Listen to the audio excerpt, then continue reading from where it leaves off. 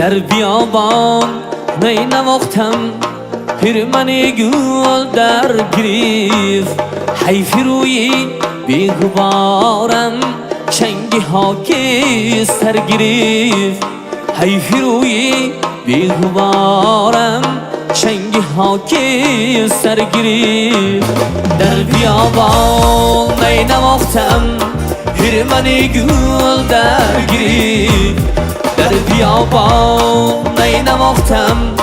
پیرمن گل در گریف حیف روی